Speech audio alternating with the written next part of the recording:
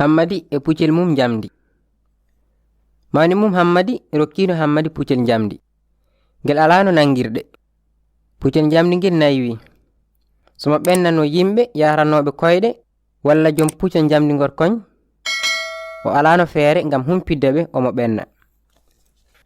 Nde o arno e lawol mawgol ngol sifaji ina ɗon ƴeew eɗi kolla yimɓe ina poti darade seeɗa. Ndara so otoji ngarata. Fereng alano e puccel makko jamdi ngel o ronki darade ngam ƴewde so ala ko arata. On saha noon o yawni nadde e lawol mawgol ngol. Mawni ko ina anduno ɗum moƴƴani e makko ɓamde dongal mawgal, kono kadi omo anduno ɗum ina wela Hammadi e dognude puccel jamdi ngel. Mawni ko o yahino ƴeewoyde golle to gure mawɗe to.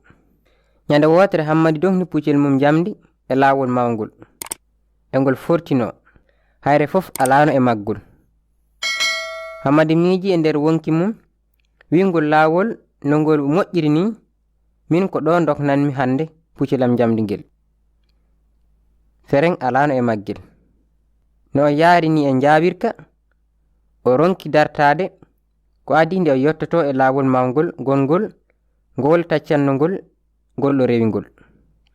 Oto woto ina aranno jom oto o kañum wawi dartade koto ferade Hammadi.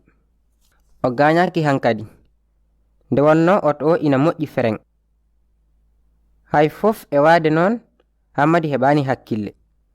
O miiji e nder geɗe makko o wi min mi wondaka fereng.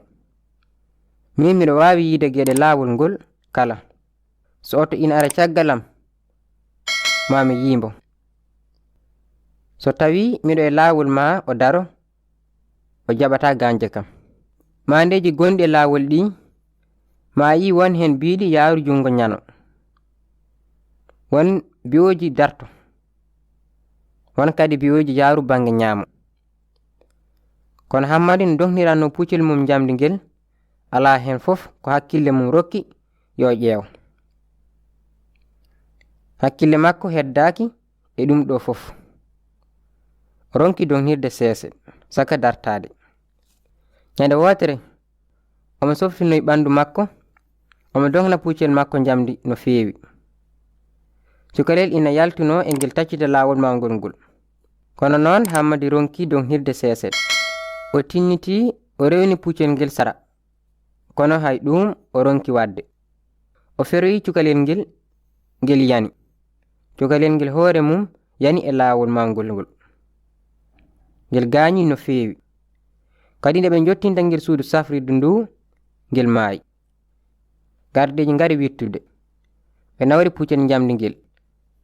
Ɓe mbi Hammadi ne wawi accude dognude puccel jamdi ngel, kono kadi omo hani fawede kuugal. Baba makko yaltini kaalis kewɗo sababunde mayde cukalel.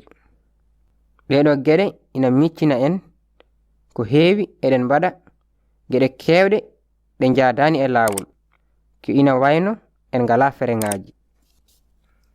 So tawi eɗen janga haala Allah ɗum ina holla en no jareten, sabu o wi enen fof ken waɗoɓe ko boni.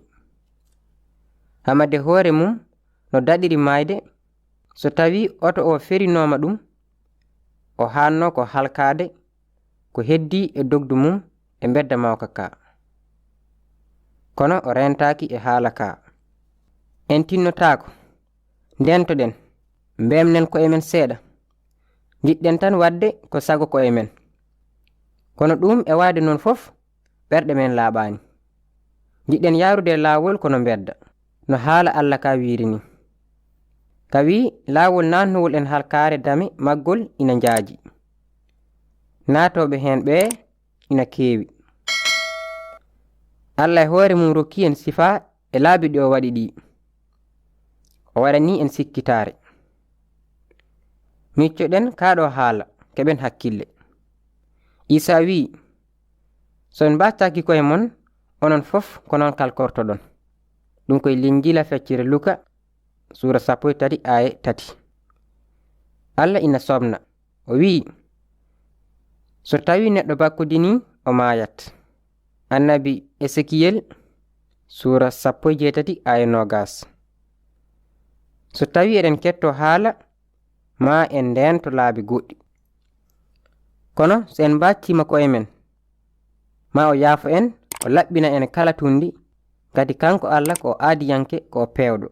Linjila Isa Yohanna gadano sura 1 aya 9. gonɗin jomiraɗo Isa dandeɗa. Linjila Isa feccere golle sura 16 aya 31.